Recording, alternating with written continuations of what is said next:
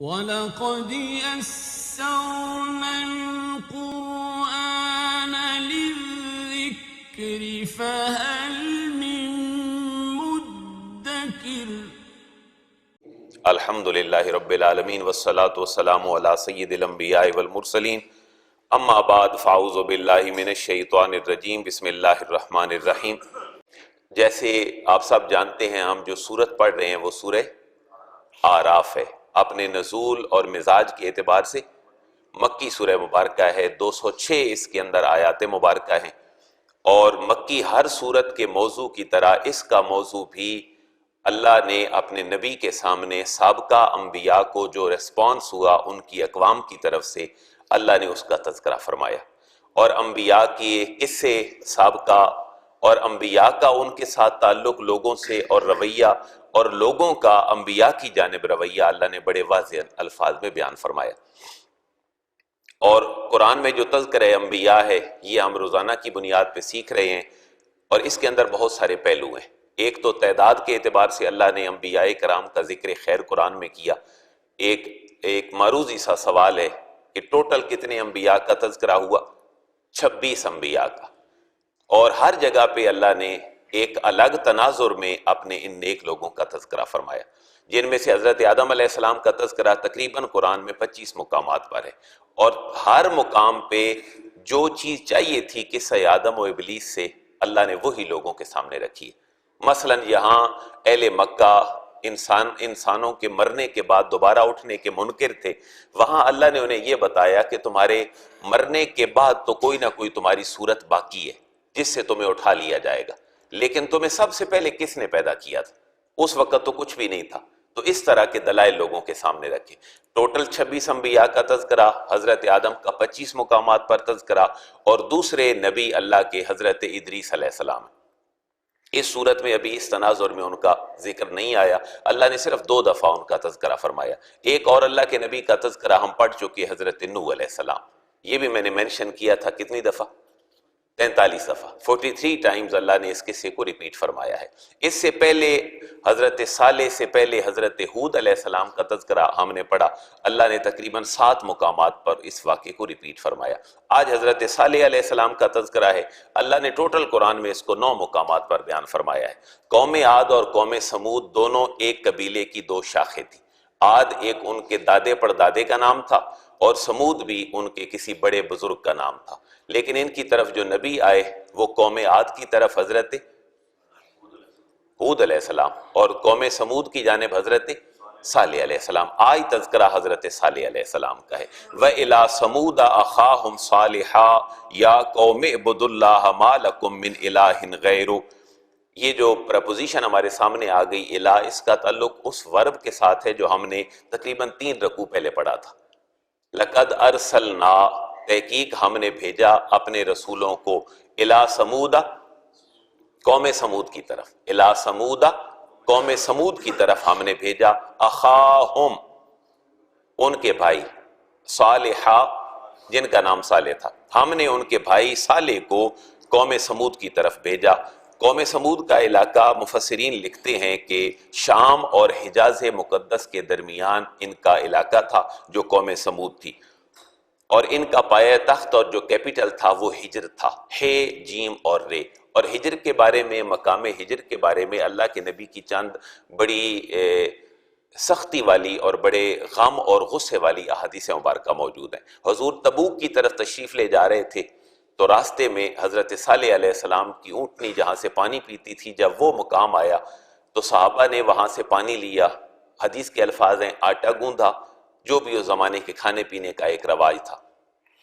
اور پانی اپنے برتنوں میں بھرا۔ جب اللہ کے نبی کو پتہ چلا کہ یہ تو انہوں نے اس جگہ سے بھرا ہے، تو پھر اللہ کے نبی نے فرمایا آٹے گوندے ہوئے ضائع کر دو، اور جو پانی تم نے سٹاک کیا ہے اپنی اگلی منزل پہ جانے کے لیے اس کو بھی بہا دو، اور یہاں سے بھاگ کے نکل جاؤ، یہاں تو اللہ تبارک و تعالیٰ کا غضب نازل ہوا تھا، کہیں تمہارے اوپر بھی غضب نازل نہ ہو جائے۔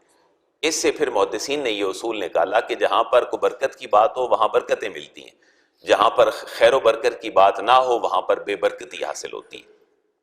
تو شام اور حجاز کے درمیان ان کا علاقہ تھا، ان کا کیپٹل جو ہے وہ مقام ہجر تھا، اور ان کے کسی دادے پردادے کی وجہ سے ان کا نام سمود تھا، اور پھر یہ سارا سلسلہ نسب حضرت نوح علیہ السلام تک ملتا ہے، یعنی قوم عاد کا بھی اور قوم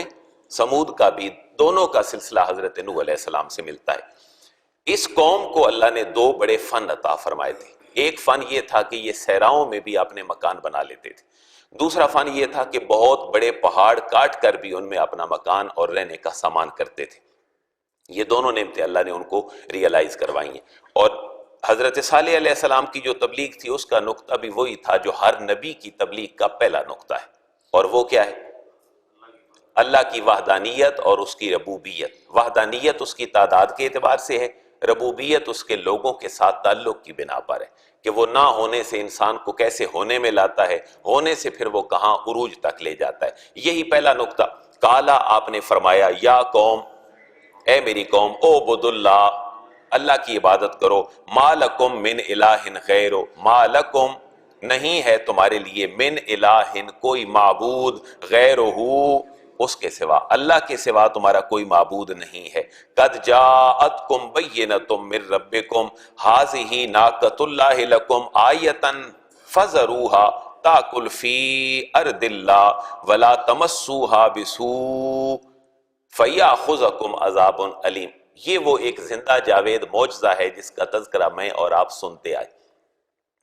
حضرت صالح علیہ السلام کی قوم کا تقاضا یہ تھا کہ ہمارے سامنے کوئی ایسا کام کر دکھائیں کہ جو ہماری عقلوں میں نہ آئے تو پھر ہم آپ کی نبوت کو تسلیم کر لیں گے۔ مطالبہ کیا ہے جی؟ ہمارے سامنے وہ پہاڑ جن میں ہم اپنے گھروندے بناتے ہیں، وہاں سے ایک اونٹنی نکل آئے، صرف اونٹنی نہ ہو بلکہ گاپن اونٹنی ہو، اس کے بعد وہ ہمارے پاس آئے سامنے تو بچہ دے دے، پھر ہم یہ کہیں گے کہ واقعی آپ اللہ کے نبی ہیں۔ تو اللہ فرما رہے ہم نے تو ان کی اس بات کو بھی مان لیا، لیکن اس کے باوجود بھی یہ ایمان نہیں لائے، لہٰذا ان کی ریکوائرمنٹ پوری ہو گئی، آپ ایمان نہیں لائے، اب عذاب ان کا مقدر بن چکا ہے۔ یہاں ایک اور بات ذہن میں رکھیے گا، معروضی سوال، کہ قرآن نے خلاف عقل جن کاموں کا تذکرہ قرآن کے اندر کیا ہے ان کے لیے اللہ نے بعض مقامات پر مبصرہ کا لفظ استعمال کیا ہے اور بعض مقامات پر بینہ کا لفظ ہے، اور اس سے مراد معجزہ ہے۔ مبصرہ سے بھی معجزہ اور بینہ سے بھی معجزہ۔ قد جاءتکم، قد کا معنی تحقیق، جاءتکم تحقیق آ چکی تمہارے پاس، بینۃ نشانی، معجزہ، من ربکم تمہارے رب کی طرف سے۔ یہاں بھی ان کو توحید کا اسلوب سکھانا ہے۔ ممکن ہے وہ یہ سمجھ بیٹھتے کہ حضرت صالح علیہ السلام نے اونٹنی نکالی ہے تو پھر یہ ہمارے رب ہیں، یہ ہمارے اللہ ہیں، یہ ہمارے معبود ہیں، تو فرمایا بینۃ من ربکم، یہ تمہارے رب کے فضل سے ہے، اور یہ معجزہ اس نے اپنے نیک بندے کے ہاتھ پہ تمہیں دکھا دیا۔ ھذہ ناقۃ اللہ، ھذہ یہ ناقۃ اللہ، یہ اللہ کی اونٹنی ہے۔ اب اونٹنی کی نسبت اللہ کی طرف ہے، جیسے بیت کی نسبت اللہ کی طرف ہے، بیت اللہ، اللہ کا گھر، ناقۃ اللہ اللہ کی اونٹنی ہے، لکم آیا، یہ تمہارے لیے نشانی ہے، فذروہا پس اس کو تم چھوڑ دو، یہ امر کا صیغہ ہے، فا کا معنی پس، زر ذرا ضرو، ضرو تم سارے چھوڑ دو، ہا اس کو، تاکل فی ارض اللہ، تاکل یہ کھاتی پھرے، فی ارض اللہ اللہ کی زمین میں، ولا تمسوہا، واو کا معنی اور، لا تمسوہا اس کو ہاتھ تک بھی نہ لگانا، اس کو چھونا بھی نہ، بسوء کسی برائی کے ارادے سے، برائی کے ارادے سے اس کو چھونا نہ، فیاخذکم عذاب علیم ورنہ پکڑ لے گا تمہیں ایک دردناک عذاب۔ وَاذْكُرُوا إِذْ جَعَلَكُمْ خُلَفَاءَ مِن بَعْدِ عَادٍ وَبَوَّأَكُمْ فِي الْأَرْضِ تَتَّخِذُونَ مِن سُهُولِهَا قُصُورًا وَتَنْحِتُونَ الْجِبَالَ بُيُوتًا فَاذْكُرُوا آلَاءَ اللَّهِ وَلَا تَعْصَوْا فِي الْأَرْضِ مُفْسِدِينَ۔ یہ وہی ہوا جس کا ڈر تھا۔ انبیاء کی دعوت اور تبلیغ میں واضح و نصیحت بھی موجود ہے۔ انشاءاللہ اگلے پروگرام میں وہ ایک تربیت کا پورا قرآن کا جو عمل ہے وہ میں آپ کے سامنے رکھوں گا کہ ہر بندے کو پہلے واعظ اور سمجھانے کی بات کہی گئی ہے۔ حضرت صالح علیہ السلام کو بھی اللہ نے یہ حکم فرمایا کہ اے میرے بندے ان کو واعظ کریں، ان کو سمجھائیں، ان کو نصیحت کریں، شاید یہ بہتری کی طرف آ جائیں۔ وَاذْكُرُوا واو کا معنی اور اذکروا یاد کرو، اذ جب جعلکم تمہیں بنایا اللہ نے خلفاء جانشین، یعنی انہیں بتلایا جا رہا ہے کہ حضرت نوح پر جب آیا آپ کی قوم پر عذاب طوفان نوح کی شکل میں تو کوئی بھی نہیں بچا تھا، اللہ نے اس باقی زمین پہ باقی انسانوں میں تمہیں اپنا نائب اور خلیفہ بنایا ہے، اور اس کے بعد قوم عاد بھی ہلاک ہوئی تو اس کے بارے میں کہا من بعد عاد کے بعد اللہ نے تمہیں چنا ہے، وبوأکم اور ٹھکانہ دیا ہے تمہیں فی الارض زمین میں تمہیں ٹھکانہ دے دیا ہے، ورنہ تو زمین میں ٹھکانہ ہی نہیں تھا، طوفان نوح نے تباہی مچائی تھی۔ تمہیں دو اللہ نے فن دیے تھے، تتخذون تم بناتے ہو، من سہولہا اس کے صحراؤں میں اور ان کے میدانی علاقوں میں، قصورا قصر کی جمع قصورا محل، تم بڑے بڑے محل بناتے ہو عالی شان، وتنحتون الجبال بیوتا واو کا معنی اور تنحتون تراشتے ہو تم الجبال پہاڑوں کو بیوتا اپنے مکانوں کی شکل میں۔ آج بھی آپ دیکھیں تو قوم عاد اور سمود کے بڑے بڑے محلات ہمیں پہاڑوں میں نقوش جہاں چھپے ہیں اور ایٹلس قرآن کے چھپے ہیں، وہاں بڑا ان کی تصویریں اردن میں اب بھی موجود ہیں۔ فَاذْكُرُوا آلَاءَ اللَّهِ وَلَا تَعْثَوْا فِي الْأَرْضِ مُفْسِدِينَ، پھر بھی بار بار نبی ریئلائز کروا رہے ہیں فَاذْكُرُوا بس تم یاد کرو آلَاءَ اللہ اللہ کی نعمتوں کو، وَلَا تَعْثَوْا اور نہ پھرو فِي الْأَرْضِ زمین میں، مفسدین فساد کرنے والوں کی طرح زمین میں نہ پھرو، بلکہ تم دیکھو کہ اللہ نے تمہارے اوپر نعمتیں کتنی کی ہیں۔ یہاں ایک دو مزاج جو اللہ کے نبی کو بھی درپیش تھے اور ہر نبی کو اور ہر دعوت حق والے کو درپیش ہوتے ہیں۔ کچھ لوگ متکبر ہوتے ہیں، بڑے بڑے جو ایلیٹ کلاس ہوتی ہے وہ نہیں مائل ہوتی، اور کچھ وہ ہوتے ہیں کہ جو مان لیتے ہیں لیکن معاشرہ ان کو جینے نہیں دیتا۔ اللہ نے دونوں کا تذکرہ کیا کہ محبوب آپ کیوں پریشان ہوتے ہیں اپنی زندگی میں، مکی دور ہے، 13 سالہ ابتلاء اور آزمائش کا ہے، تو آپ فکر نہ کریں، جو متکبر ہیں وہ اپنے انجام کو پہنچیں گے، جو ضعیف اور کمزور آپ کے ساتھ دینے کے لیے تیار ہیں، انہیں ہی تو میں جب میرے پاس آئیں گے تو سلام کرنے کے لیے بیٹھا ہوں، میرے فرشتے ان کے استقبال کے لیے بیٹھے ہیں، اور یا ایتھا النفس المطمئنہ جب یہ آئیں گے تو پھر جہاں چاہیں گے میں انہیں مقام عطا کر دوں۔ تو دو اللہ نے جو ورب استعمال کیے ہیں وہ بڑے غور طلب ہیں۔ قال الملأ الذین استکبروا من قومہ، قال کہا الملأ ایلیٹ کلاس نے، مالا اعلیٰ بڑے بڑے لوگ جو مالدار تھے، مادیت پرست تھے، اپنے کسی سٹیج پہ معاشرے میں بیٹھے تھے، استکبروا جو تکبر کیا کرتے تھے، من قوم ہی ان کی قوم سے، کیا کہا للذین ان لوگوں کو، اگر ملا کے پڑھیں گے للذین نستضعفوا کمزور لوگوں سے، وہ جو کمزور اور جن کو وہ کمزور سمجھتے تھے، حالانکہ وہ کمزور نہیں تھے۔ آپ ٹیکنیکلی دیکھیں دو ورب اللہ نے استعمال کیے، قال الملأ الذین استکبروا یہ ایکٹیو سینس ہے، اور استضعفوا یہ پیسو سینس ہے، اور پیسو کا فاعل معلوم نہیں ہوتا اور ایکٹیو کا فاعل اور سبجیکٹ معلوم ہوتا ہے۔ استکبروا جنہوں نے تکبر کیا اور کرنے والے وہ خود تھے، اور استضعفوا جو کمزور تھے نہیں لیکن ان کو کمزور سمجھا گیا، یہ مائنڈ سیٹ تھا ان کا کہ یہ کمزور ہیں، حالانکہ یہ کمزور تو نہیں تھے۔ کمزوری کیا ہے کہ ان کے پاس بظاہر مال و دولت نہیں ہے، لیکن اللہ کے حبیب فرماتے ہیں کچھ ایسے پراگندہ حالت کے لوگ ہوتے ہیں کہ جنہوں نے بظاہر کپڑے بھی صحیح نہیں پہنے ہوتے، بظاہر ان کا لباس اور ان کے بال اور چہرہ صحیح نہیں ہوتا، لیکن اللہ کے حبیب فرماتے ہیں جب وہ اللہ کی بارگاہ میں ہاتھ اٹھا دیتے ہیں تو اللہ ان کے ہاتھوں کو پھر خالی واپس نہیں لوٹاتا۔ اور یہی اللہ نے اپنے نبی کو بھی اعزاز بخشا کہ محبوب آپ دعا کریں تو اود کا پہاڑ آپ کے ساتھ سونا بن کے چلے، لیکن اللہ کے حبیب نے اس کو پسند نہیں فرمایا۔ ان لوگوں کو جنہیں وہ کمزور اور ذلیل سمجھتے تھے، لمن آمن منہم جو ایمان لائے تھے ان میں سے، اور ان کو کہتے تھے اتعلمون ان صالحا مرسل من ربہ، اتعلمون کیا تم یہ جانتے ہو، کیا تم یہ سمجھتے ہو، کیا تم یقین رکھتے ہو، ان صالحا بے شک صالح علیہ السلام مرسل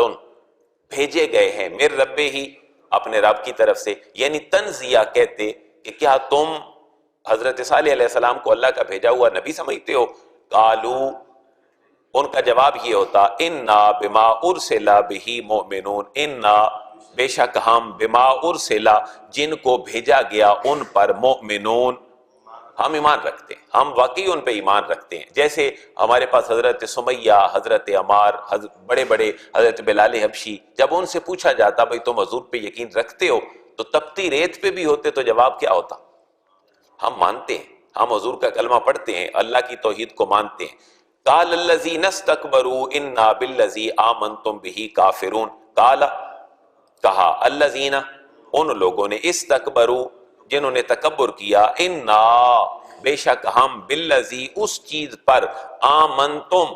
جس پر تم ایمان رکھتے ہو بہی کافرون ہم اس کے منکر ہیں۔ یعنی طنزیہ انداز میں کہتے کہ تم ایمان رکھتے ہو صالح علیہ السلام پر، ہم منکر ہیں، جو کرنا ہے وہ کر کے دکھا دو۔ اب اللہ کے عذاب کا کوڑا برستا ہے، اور پھر ان کے انجام کی طرف قرآنی آیات بڑھتی ہیں۔ فَعَقَرُوا النَّاقَةَ وَعَتَوْا عَنْ أَمْرِ رَبِّهِمْ وَقَالُوا يَا صَالِحُ ائْتِنَا بِمَا تَعِدُنَا إِن كُنتَ مِنَ الْمُرْسَلِينَ۔ فَعَقَرُوا، وہ جو اونٹنی نکلی تھی حضرت صالح علیہ السلام کی، جس کو ناقۃ اللہ کہا گیا، برداشت نہ ہو سکا ان سے، فَعَقَرُوا، فا کا معنی پس عَقَرُوا کاٹ دیا، الناقۃ اونٹنی کو۔ اب اونٹنی کو کاٹا، مفسرین یہ لکھتے ہیں کہ اس کی ٹانگیں کاٹ دیں، کونچیں کاٹ ڈالی، وَأَتَوْا اور سرکشی کی، عَنْ أَمْرِ رَبِّهِمْ اپنے رب کے حکم سے انہوں نے سرکشی کی، وَقَالُوا اور کہنے لگے، یا صالح، اے صالح، ائتنا تو لے آ، بما تعدنا جس کا تو نے ہم سے وعدہ کر رکھا ہے، ان کنت من المرسلین اگر واقعی تم اللہ کے بھیجے ہوئے لوگوں میں سے ہو تو تم وہ لے آؤ عذاب نکال کر جس عذاب کی تم بات کرتے ہو۔ فآخذتہم الرجفہ، اب یہاں ساری قوم حضرت صالح کی اونٹنی کو مارنے میں شریک نہیں تھی، بلکہ ایک شخص تھا جس کا نام مفسرین نے لکھا ہے، اس کا نام کیدار اور بعض روایات میں کدار لکھا ہوا ہے، کدار بن سالف تھا، اور جس کو دو حسین ترین عورتوں کے ساتھ شادی کی ایک لالچ دیا گیا کہ تم یہ کام کر دو تو ہم تمہارا یہ کام کرنے کے لیے تیار ہیں، لیکن ایک بندے نے تیر چلایا، ایک بندے نے کونچیں کاٹی، چند لوگ صرف اس میں شامل تھے، پوری قوم شامل نہیں تھی۔ لیکن قرآن کا ایک اسلوب یہ بھی کہہ رہا ہے کہ فآخذتہم الرجفہ، وہ ایک دو تین چار کو اللہ نے نہیں پکڑا، بلکہ فآخذتہم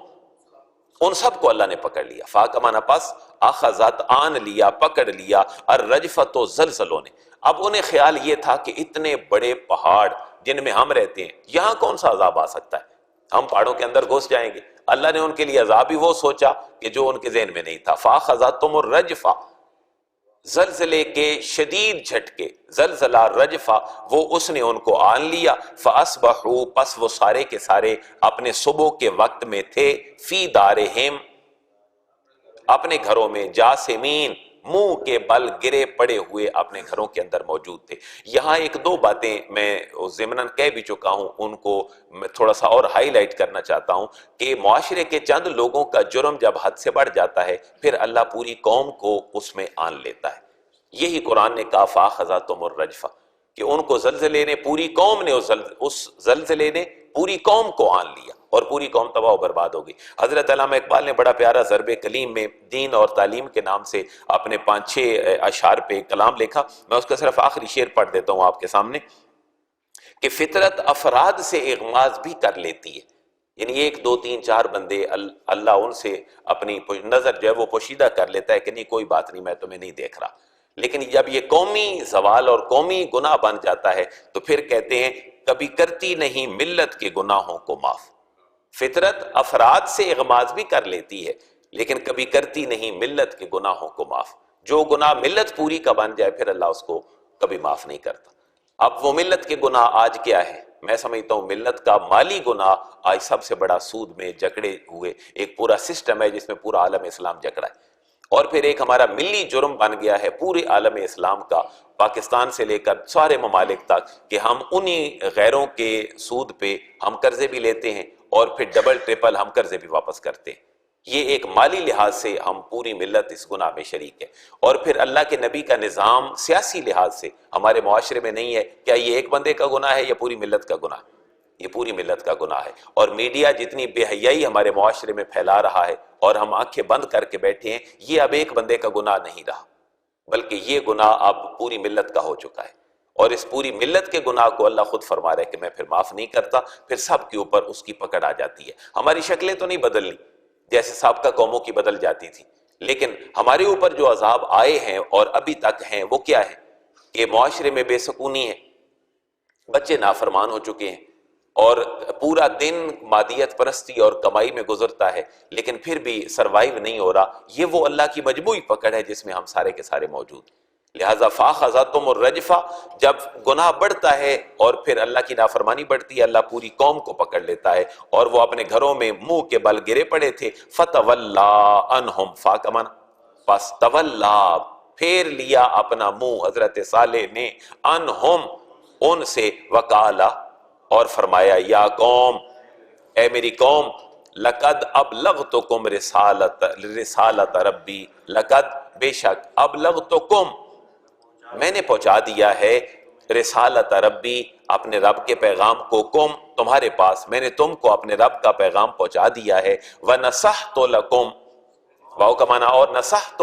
میں نے نصیحت کر دی تھی، لکم تمہیں، وَلَٰكِن لَا تُحِبُّونَ النَّاصِحِينَ، ولیکن لیکن، لا تحبون تم پسند نہیں کرتے تھے، الناسخین خیرخواہوں کو، تم خیرخواہوں کو پسند نہیں کرتے تھے، آج تمہارا یہ انجام ہے۔ اور یہ اسی طرح کی گفتگو تھی ان تباہ شدہ مکانوں میں قوم سمود جب اپنے منہ کے بل پڑے تھے، جیسے اللہ کے نبی نے گفتگو فرمائی تھی۔ وہ گفتگو کب تھی؟ جب غزوہ بدر میں کافر مارے گئے تو ان کو ایک کنویں میں پھینک دیا گیا، تو سرکار دو عالم تیسرے دن اس کنویں پہ کھڑے ہو کر یہ فرماتے ہیں کہ کیا تم نے اپنا وہ انجام پا لیا کہ جس کے بارے میں تمہیں آگاہ کیا جاتا تھا؟ تو حضرت عمر رضی اللہ تعالیٰ عنہ عرض کرتے ہیں حضور کہ یہ کہاں سن رہے ہیں، کنویں کے اندر موجود ہیں۔ تو سرکار دو عالم کا جواب کیا تھا؟ صحیح بخاری اور صحیح مسلم کے الفاظ سنیں۔ حضور نے فرمایا ما انتم باسماء لما اقول منہم انہم الان یسمعون ما اقول لهم غیر انہم لا یستطیعون ان یردوا علینا شیئا، او کما قال رسول۔ حضور نے فرمایا عمر میری گفتگو تم ان سے زیادہ نہیں سن رہے ہو، جتنی تم سن رہے ہو اتنی یہ بھی سن رہے ہیں، البتہ وہ جواب دینے کی طاقت نہیں رکھتے۔ اب یہ بھی ہے کہ مرنے کے بعد سننے کا جو عمل ہے یہ صرف مومن کے لیے ہم نے ڈسپیوٹڈ بنا لیا ہے، ورنہ قبر میں سننے کا تصور کافر کے لیے بھی موجود ہے کہ کافر جب جائے گا تو سنے گا نہیں تو اس کو عذاب کیسے ہوگا۔ لہذا سماع موتا، مردوں کا سننا، بندہ مومن ہو یا کافر ہو، اللہ قبروں میں ان کو یہ طاقت دیتا ہے، اور حساب کتاب کے لیے یہ ضروری ہے کہ وہ وہاں پر سنیں، ورنہ حضور کے فرمانے کا گمانہ نہیں تھا۔ اور یہی حضرت صالح علیہ السلام بھی فرما رہے ہیں کہ کیا تم اپنے انجام کو نہیں پہنچ چکے ہو؟ میں نے تمہیں نصیحت کر دی ہے، میں نے تمہیں واضح و نصیحت مکمل کر دی ہے۔ ایک اور بات کی طرف میں آپ کی توجہ دلوانا چاہتا ہوں، اور وہ یہ ہے کہ علوم اور فنون جتنی بھی ترقی کر جائیں، حضرت صالح علیہ السلام کی قوم کے پاس اپنا علم تھا، اپنا فن تھا، انجینئرنگ تھی بہت بڑی، لیکن جب اللہ کی نافرمان ہو گئی تو ان کا علم، ان کی ٹیکنالوجی اور ان کی ترقی، ان کے کام، یہ مجھے بھی خیال کرنا چاہیے، یہ آپ کو بھی خیال کرنا چاہیے کہ سائنس اور ٹیکنالوجی اور پروفیشنل ایجوکیشن ہمارے بقا کا اور اللہ کے عذاب سے بچنے کا کبھی سبب نہیں بن سکتی جب تک ہم اس قرآن اور حدیث و سنت کی بات کی طرف لوٹیں گے نہیں۔ آج ہماری ساری ایجوکیشن صرف اور صرف مٹیریلسٹک ہو چکی ہے۔ دیکھیں نا، غور کریں، ہمارے بچے 8 سمیسٹر پڑھتے ہیں 4 سالوں میں، آپ کیمسٹری کہہ لیں، فزکس کہہ لیں، بایو کر لیں، کامرس کر لیں، انگلش کر لیں، آپ اسلامیات ان کو پڑھاتے ہی نہیں ہیں، آپ قرآن ان کو نہیں پڑھاتے، اللہ کے نبی کی حدیث و سنت نہیں پڑھاتے، آپ آٹے میں نمک کے برابر بھی ان کو اسلام نہیں سکھاتے۔ اور پھر آپ کہتے ہیں جب یہ بیوروکریٹ بنیں گے پڑھے لکھے لوگ تو پھر ہمارے لیے کچھ پاکستانی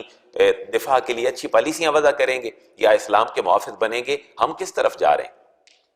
یہ کام بھی ہم نے کرنا ہے